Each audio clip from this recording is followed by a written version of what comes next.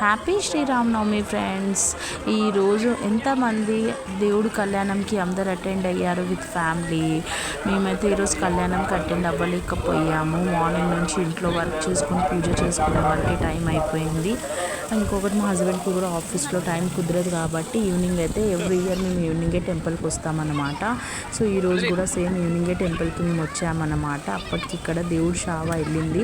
So అట్లా అని చెప్పి టెంపుల్ కొంచెం ఖాళీగా అనిపిస్తుంది. ఖాళీగా ఏం లేదు, ఇప్పటికీ ఇందులో ఒక 50-60 మంది ఉన్నారు గుడిలో.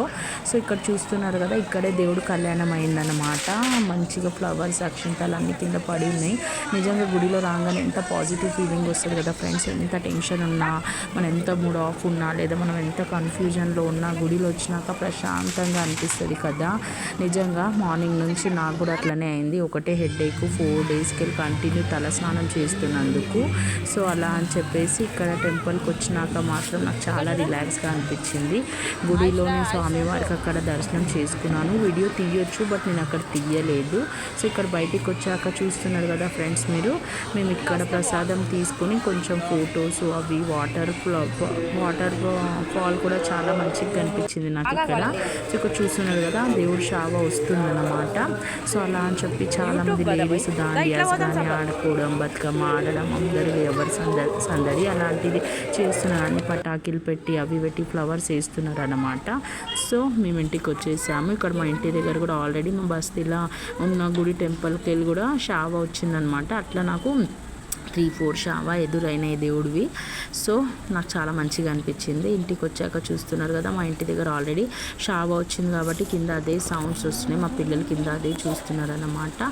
సో ఇక్కడ నేను క్యాజువల్గా నా సెల్ఫీ తీసుకున్నాను. మొన్న తీసుకున్న డ్రెస్సే వేసుకున్నాను, పండగ కాబట్టి కొత్తగా ఉందని చెప్పేసి వేసుకున్నాను. సో ఇంకా మీకు నా ఈ వీడియో నచ్చితే ప్లీజ్ లైక్ చేయండి, షేర్ చేయండి, సబ్స్క్రైబ్ చేయండి. నెక్స్ట్ ఏంటంటే ఈరోజు చాలామంది ఒక ఫ్రూట్ తింటారన్నమాట. మా సైడ్ దాన్ని టర్బూజ్ అంటారన్నమాట హిందీలో.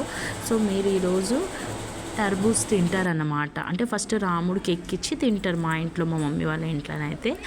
అట్లా ఆ ఫ్రూట్ ఈరోజు ఎంతమంది తెచ్చుకొని తిన్నారు అంటే, మేము ఎప్పుడో స్టార్ట్ చేసేసాం. మా అత్తగారి ఇంట్లో అట్లా ఏమి ఉండదు. సో ఎప్పుడో తెచ్చుకున్నాం, ఆల్రెడీ ఫ్రూట్స్లో తినేసామన్నమాట. కానీ చాలామంది అట్లా సెంటిమెంట్గా పాటిస్తారు కదా. సో అట్లా మీరు చేశారా? సో ఇంటికి వచ్చాక ఇక్కడ చూస్తున్నారు కదా ఫ్రెండ్స్, ఒకటేసారి గాలి ద్వారా వర్షం వచ్చేసింది.